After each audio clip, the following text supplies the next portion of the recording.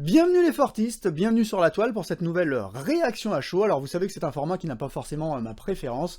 J'aime pas trop comme ça les critiques sur le vif, ça dessert souvent ces films aux thématiques chargées qui nécessitent de se poser un peu, d'y réfléchir. Mais bon, là il y a quand même un arrivage massif dans les salles, ça fait plaisir de retourner dans les salles toutes les semaines, les 2 semaines pour voir de gros blockbusters, des projets un peu...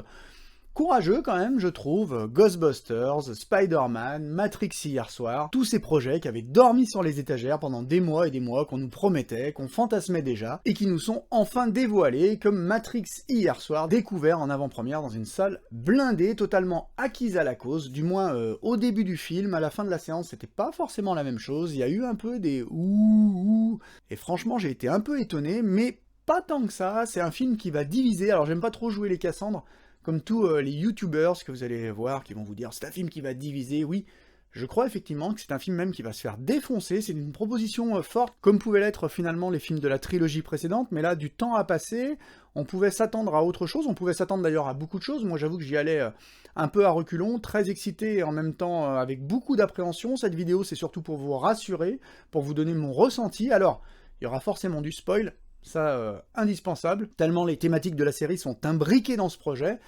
Si vous ne l'avez pas vu, allez d'abord le voir en salle, faites-vous votre avis, prenez la nuit pour y réfléchir, et puis revenez sur cette chaîne pour voir si vous êtes d'accord avec moi, si vous partagez mon ressenti. Mais moi j'ai beaucoup aimé ce voyage, cette proposition, je suis à 2 doigts d'y retourner déjà ce soir pour le redécouvrir à nouveau, même si je lui trouve tout un paquet de menus défauts, on va en parler. Alors Matrix, faut bien le dire, c'est un de mes films préférés, un de mes 10 films préférés de tous les temps. Moi je l'ai découvert dans des conditions un peu spéciales, je bossais à Montréal à l'époque, je l'avais découvert en salle vierge de tout a priori. À l'époque je lisais beaucoup de comic books, et à l'arrière il y avait ces affiches assez mystiques avec ce bébé dans un cocon rouge, Matrix, je ne savais même pas ce que j'allais voir, et je m'étais retrouvé au cinéma, le Leuze, une vieille salle, qui proposait des places à des tarifs cassés pour des films qui étaient déjà sortis en salle depuis un moment. Il faut savoir que Matrix était sorti aux États-Unis sur le continent nord-américain quelque chose comme 4 mois avant la France, donc ça avait eu le temps de faire le buzz là-bas. Moi je savais pas du tout ce que j'allais voir, j'avais découvert ce film comme ça, j'y avais été un soir dans une salle vide, on aurait dit la salle de Last Action Hero, c'était exceptionnel, je m'étais retrouvé là, j'avais pris le film en pleine face, comme un coup de poing sur une couve de Pantera, et j'y étais retourné 2 soirs de suite après, c'était ma sortie du soir, pour redécouvrir ce film. En plus c'était en VO non sous-titré, donc j'avais peur d'avoir...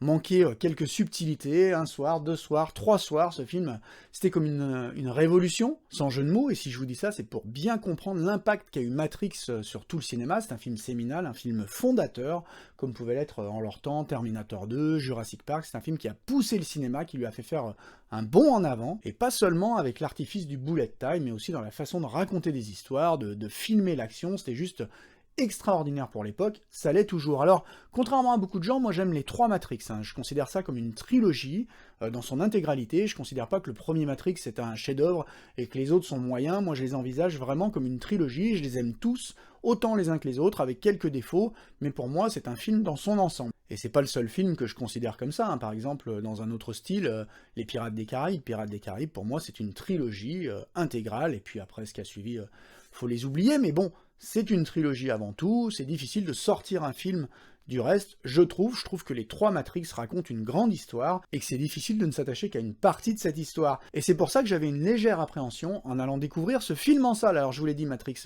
j'adore, je suis un fan, et quand on a annoncé enfin la sortie d'un 4e volet, je peux vous dire que j'ai sauté au plafond. Maintenant, tout de suite, il y avait un mélange d'excitation et aussi d'appréhension, voire d'angoisse, parce que généralement, quand on vient poser une pièce rajoutée à une trilogie déjà complète comme ça se passe rarement bien. Si on revient sur les Pirates des Caraïbes, justement, vous avez une très belle trilogie, après on rajoute un espèce de chapitre qu'il faut oublier, qui sert à rien, qui cherche juste à profiter de manière malhonnête de ce qui est arrivé avant, ça ne sert à rien. Dans le cas de Matrix, il y avait une appréhension encore plus forte, parce que, bon, il faut bien le dire, c'était un film qui me semblait avoir raconté tout ce qu'il avait à raconter, donc j'étais très curieux de savoir comment on allait rebondir sur autre chose. Matrix c'est pas Pirates des Caraïbes, on peut pas partir avec une autre aventure dans le monde de Matrix, il s'était passé des choses, et on pouvait pas glisser tout ça sous le tapis, on avait une pièce montée, fallait pas rajouter une cerise sur le gâteau, puis une seconde cerise, au risque de déstabiliser l'ensemble. Maintenant, un autre truc peut faire peur quand même, c'est la saga des frères Wachowski. On peut parler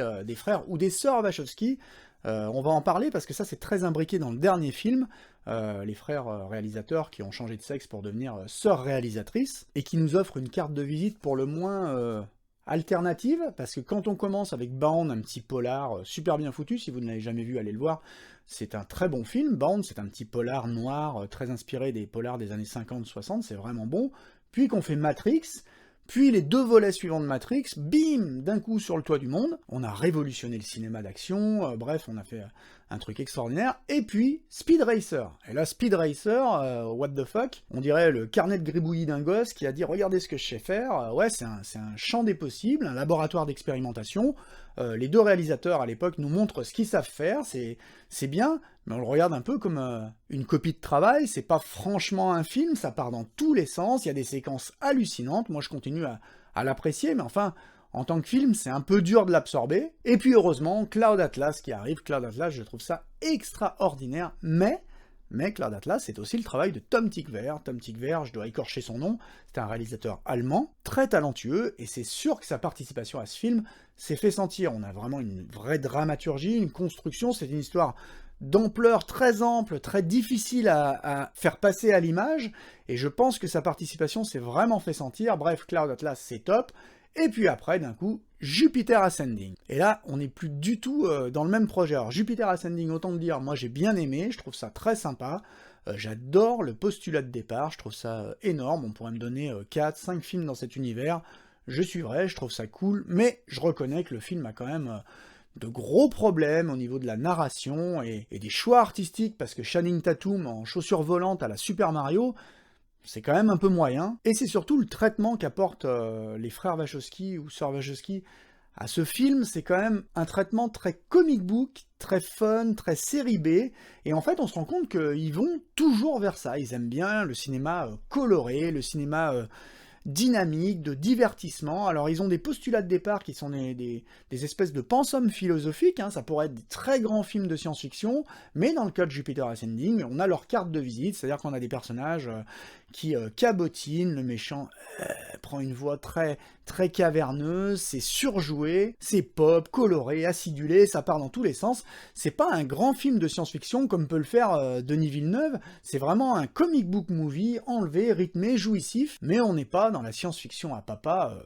très posée. À la suite de ça, on a la série Sense8 que j'ai pas vue, parce que moi les séries, j'ai plus de temps pour les voir, je suis en train de me rattraper la dernière saison de Dexter, c'est dire, donc j'ai pas eu le temps de me pencher sur Sense8, qui apparemment a divisé. Donc, quand arrive ce nouveau Matrix, on est en droit de se demander est-ce que les sœurs Wachowski ont encore quelque chose à raconter, d'autant plus qu'il n'y a plus que Lana Wachowski qui va se mettre aux commandes de cette séquelle, et qu'on nous annonce un film très méta, donc une réalisatrice qui n'a plus le vent en poupe, qui fait revenir heureusement le casting original, sans ça le projet était mort de toute façon, Keanu Reeves, Carrie-Anne Moss, on est quand même semi en confiance, mais on sait pas trop à quel spectacle on va assister. Alors je vous rassure tout de suite, moi j'ai beaucoup aimé, j'avais très très peur avec le terme méta. Je m'étais pas spoilé le film, hein, j'avais pas été voir sur tous les blogs ce qui se disait, je voulais vraiment y aller vierge de tout a priori. Quand je suis arrivé dans la salle, je me suis dit bon, à quoi je vais assister? J'avais vraiment entendu le terme méta, et ça, moi, ça me fait toujours peur. Les mises en abîme, le côté méta des films, où on démonte un peu l'envers du décor,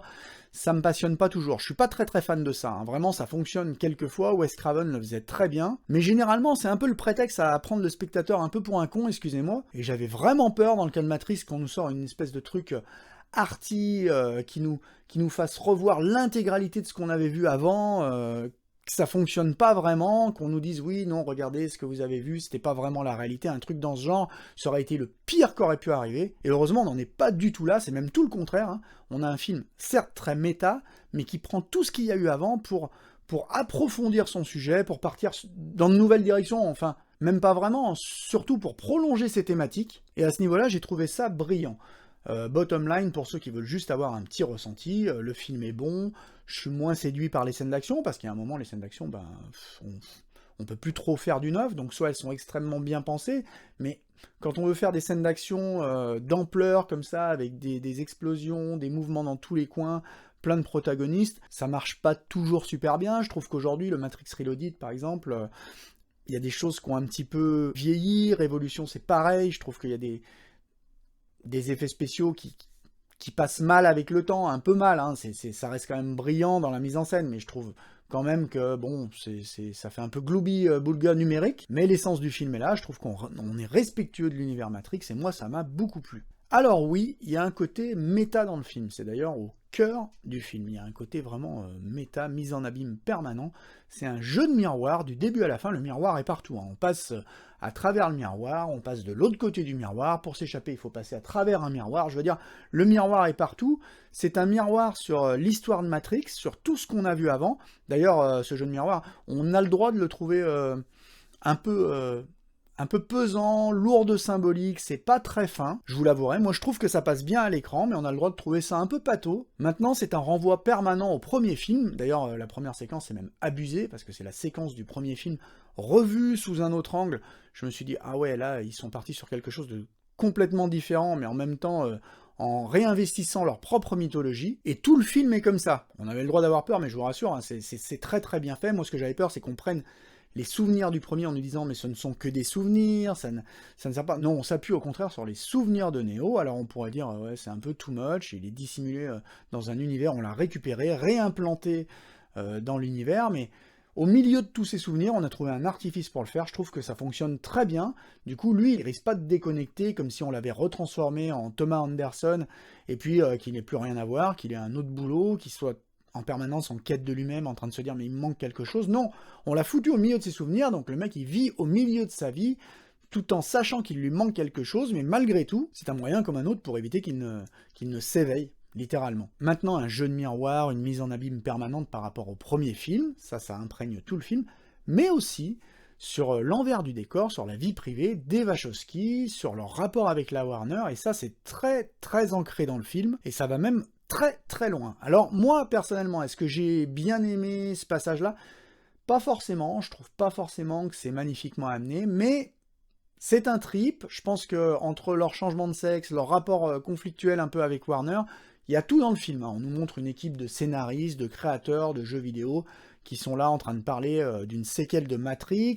Dans le même temps, on est en train de dire « Ouais, Warner Bros. Veut faire du cash là-dessus, il faut proposer un nouveau Matrix, on est relancé sur un Matrix 4, et c'est donc reparti pour un tour. » Enfin, c'est assez hallucinant. Et puis, jusqu'à la fin du film, où vraiment, là, il y a une espèce d'inversion des rôles, un truc très dans l'air du temps. On peut le trouver... j'hésite à dire malhonnête, mais c'est vraiment dans l'air du temps. En même temps, la diversité, on en a beaucoup parlé sur cette chaîne, émission sur Robin, là bientôt on en reparlera dans une émission sur Batgirl. La diversité a toujours été vraiment représentée dans le cinéma des frères Wachowski. Ça ne change pas ici, bien évidemment, mais il y a un peu une inversion des rôles à la fin, qu'on peut apprécier ou pas. Moi, que j'ai trouvé vraiment bien amené, c'était vraiment fait... assez finement, mais ça nous amène presque à repenser au rôle, qui est l'élu, qu'est-ce qui se passe, c'est très girl power en fait, c'est vraiment dans notre époque. Je l'ai lâché, alors attention, parce que là, ça spoil un peu, mais franchement, la fin, on se dit, ouais, bon, c'est dans l'air du temps, on a compris, on finit le film, moi j'ai été satisfait par la conclusion, mais là débarque même une reprise de Wake Up, du Rage Against the Machine, interprétée par une femme, et franchement, la reprise est dégueulasse, elle est abominable, elle m'a vrillé les tympans, et là je me suis dit, c'est peut-être aller un peu loin, mais en dehors de ça, franchement, ça se tient. Après, il faut bien le dire, cette mise en abîme, c'est aussi l'occasion de se rendre compte que Matrix, c'est un univers qui est devenu conscient de sa propre importance. C'est-à-dire que quand le premier Matrix est sorti, c'était un blockbuster, blindé d'effets, on se souvenait surtout du côté explosif de l'ensemble, ça explosait dans tous les sens, et c'est un film qui dissimulait assez bien une structure finalement assez simple, sous des allures de films compliqués. Ça sera encore plus le cas dans les 2 films suivants, où le film, finalement, est assez simple. Moi, je vous avoue, il m'a fallu quand même du temps pour assimiler, notamment Matrix Révolution. Je cherchais très loin ce qui se passait dans ce film, j'avais l'impression de ne jamais vraiment le cerner, et en fait, c'est très simple parce que tout est expliqué au spectateur, en permanence. Donc on dissimule un pensum philosophique, on se dit « Ouais, c'est très philosophique, vous allez voir, vous allez vous retourner le cerveau », effectivement, on se retourne le cerveau, mais en fait, le film est assez simple. Il est expliqué en permanence. Moi, j'ai souvent réfléchi au dialogue avec l'architecte, en me disant, mais enfin, il dit n'importe quoi, il balade Neo dans la farine, il est en train de mentir, mais c'est complètement faux, en fait, ce sont des programmes. Et les programmes ne mentent pas, ils ont au pire un ressenti, parce qu'on est à l'aube de l'intelligence artificielle, on est même en plein dedans, mais ils ne mentent pas, donc en permanence, le film nous est expliqué à intervalles réguliers, on nous explique ce qui est en train de se passer, on explique à Neo ce qui s'est passé. Moi, j'ai mis du temps, vraiment des années presque, à le comprendre ça, à me dire, mais en fait, tout est expliqué en permanence, donc en fait, le film n'est pas compliqué, il a l'air compliqué, mais il l'est pas du tout. Et c'était la suite de ces deux films que Matrix s'est vraiment révélé, que les gens ont commencé à parler de Matrix, à faire des théories, il y a eu des traités de philosophie sur Matrix, et aujourd'hui, forcément, un Matrix 4 est conscient de cette importance-là, c'est dit à travers ce groupe de créateurs qui discutent, qui disent Matrix, c'est de la philosophie, Matrix, il y en a un autre qui dit Matrix, c'est des boum boum, il faut qu'il y ait de l'action, et c'est tout ça Matrix, il vous démontre la recette Matrix en 2-3 phrases, c'est ça Matrix, c'est quelque chose qui a l'air philosophique, qui fait réfléchir, et ce film-là fait peut-être encore plus réfléchir que les autres, mais bref, c'est un récit philosophique qui est pas si compliqué, qui vous laisse vous faire votre propre avis, qui vous laisse réfléchir dans votre coin. Au fond, c'est pas si compliqué que ça, mais c'est devenu maintenant une recette. Un Matrix, on est obligé de vous donner quelque chose qui ait l'air de vous retourner le cerveau, et surtout, au milieu, on vous balance des grosses scènes d'action. Alors sur le fond, je trouve qu'au niveau de l'histoire, de la structure narrative, c'est vraiment intéressant. On approfondit beaucoup de sujets, comme je vous ai dit, il y a beaucoup de choses dans Matrix, il y a des influences qui viennent de partout, hein. Moi j'ai vu des influences Miyazaki, il y a ces espèces de créatures, c'est sentient, on vous rajoute des robots qui sont devenus amis de l'humanité, c'est très bien amené, c'est très fin. Moi j'ai beaucoup aimé ce parti pris de montrer une évolution. Je vous avoue que le parti pris de montrer Zion et l'espèce humaine dans les Matrix précédents m'avait un peu moins séduit. Zion, c'était pas ce que je préférais, cette humanité qui pataugeait dans la boue, qui se cachait des machines dans des grottes, qui survivait comme ça. C'était pas le top. Là, avec IO, on a une toute autre vision de l'humanité qui enfin accrédite la naissance de l'intelligence artificielle et des robots et qui partagent leur existence avec eux. C'est très bien fait, j'aime beaucoup ce postulat de science-fiction que ça ouvre, et ça fait de Matrix, du coup, de ce nouveau Matrix particulièrement, un grand film de SF, hein, il y a beaucoup de choses derrière.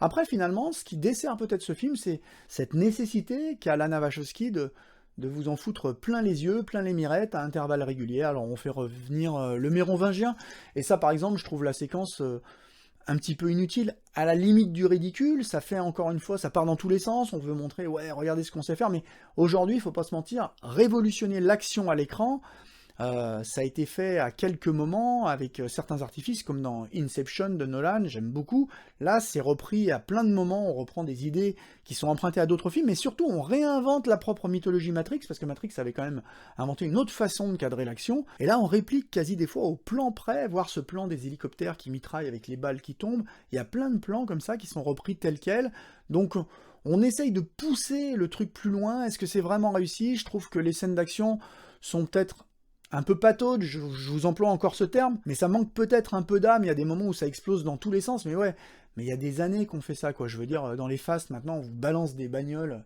du haut des immeubles sur d'autres voitures, il y avait une poursuite hallucinante dans Bad Boys 2, où on vous balançait des corps sur une poursuite en autoroute. Je veux dire, on a déjà vu tout ça, à la fin, il y a une poursuite, il y a des nouveaux artifices, Neo a de nouveaux pouvoirs, mais enfin, il s'est encore jamais révélé totalement, comme on a attendu des années qui se révèlent. Il est toujours un peu, excusez-moi, limité. Donc au niveau des scènes d'action, c'est bon, c'est bien, c'est efficace, mais à quelques moments, on se dit, ouais, bon, voilà, la séquence avec le mérovingien en est le meilleur exemple. Voilà, il balance des gens sur eux, ça se bat dans tous les sens, ça part dans tous les sens. C'est pas franchement ce qui m'a séduit le plus. Alors dans le fond, j'aime beaucoup le sujet du film, dans le fond, j'aime beaucoup le rapport avec les machines.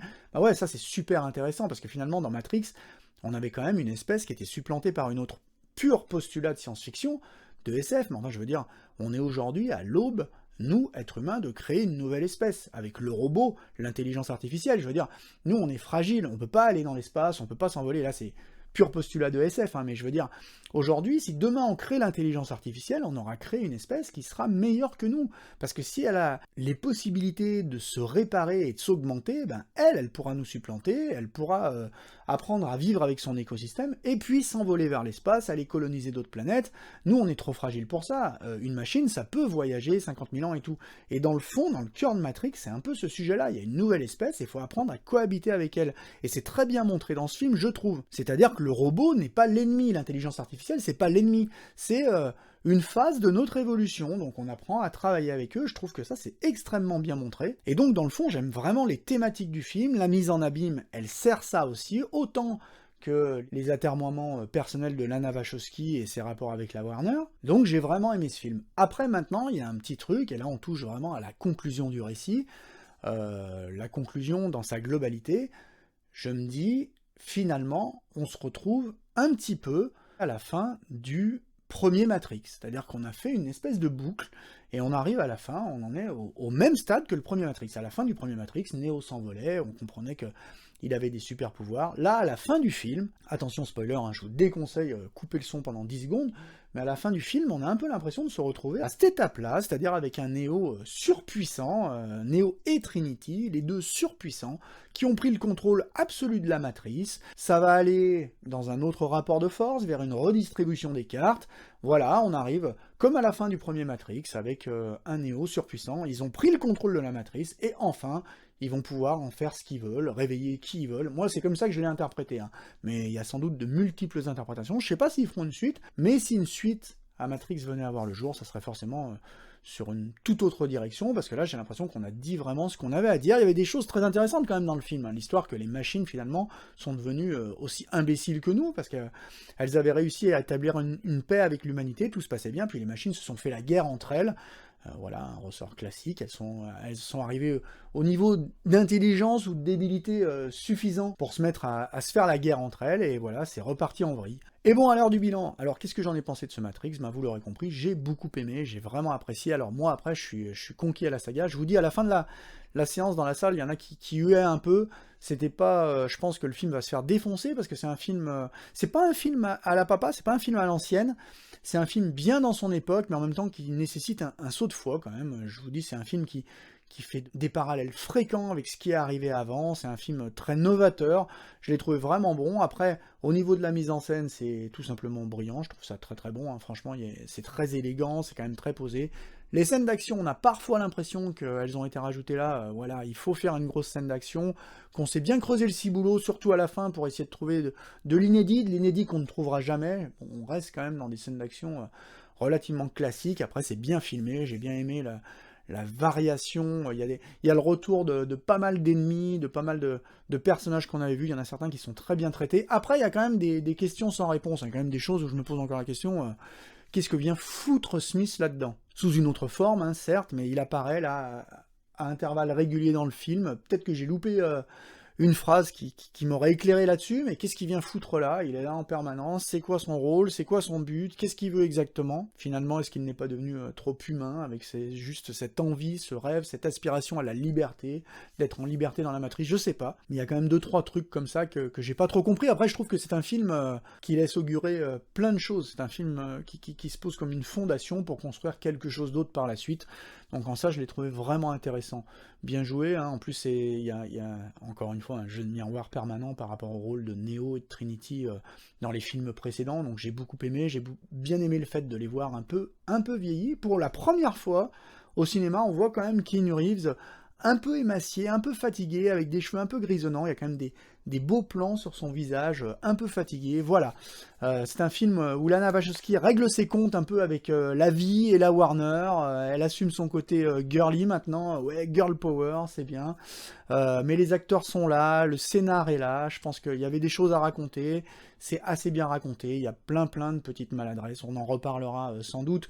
Après une seconde vision, il se peut qu'il y ait d'autres choses qui m'explosent aux yeux, mais moi j'ai vraiment aimé ce film, j'ai vraiment aimé Matrix, et j'espère que vous l'aimerez aussi. Si vous êtes fan de la saga, si vous êtes fan de la trilogie, je pense que vous y trouverez quand même votre compte. Après, il y a forcément des choses qui sont en droit de vous énerver, mais moi j'ai apprécié le voyage, et j'ai juste envie de dire, vivement la suite, on sait jamais. Voilà, on s'arrête là pour cette nouvelle réaction à chaud. Merci de m'avoir écouté bavasser jusqu'au bout. Vous pouvez profiter de ces congés de fin d'année pour aller au cinéma. Il n'y a quand même pas grand monde dans les salles, à part pour aller voir Spider-Man. J'ai cru comprendre que ça blindait les multiplex. Mais sans jeu de mots, vous pouvez aller vous faire une toile. C'est le moment. Voilà, je vous laisse. Sur ces bons mots, on se retrouve très vite, dans très peu de temps, pour une réaction sur le Spider-Man. Et puis après, pour une émission sur Bad Girl par Gail Simony, en mode comic book donc. D'ici là, passez une très bonne fin d'année, profitez de vos congés, et moi je vous dis, comme toujours, à la prochaine, sur cette même chaîne. Ciao!